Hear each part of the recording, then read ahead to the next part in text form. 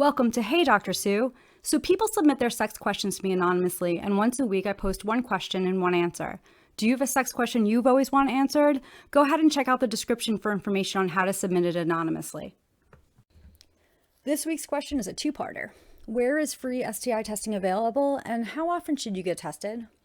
Free STI testing is often available through your local county health department, so you might want to start there. But make sure to check their hours specifically for testing. A lot of places scaled back their times during COVID and never went back to their original hours.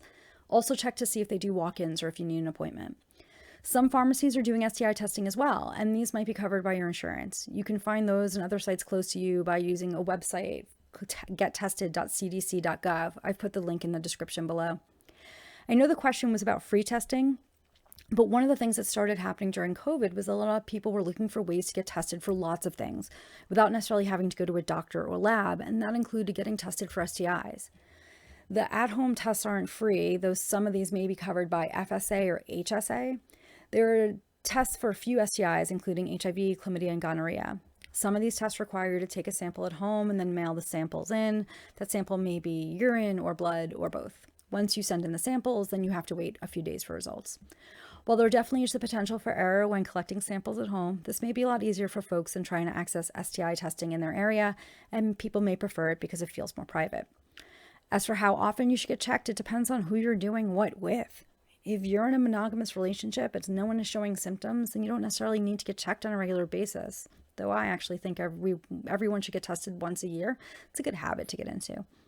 I tell people if you're starting to engage in sex play with a new partner, then you should both get tested. If you're having sex with lots of partners, then it's not a bad idea to get checked at a minimum once a year, though every 3 to 6 months might be better. If you're pregnant, definitely get tested. Your OB/GYN should be able to talk to you about how often that needs to happen during your pregnancy. If a current or past partner tells you they were recently diagnosed, then go get tested. If you have symptoms, get checked now.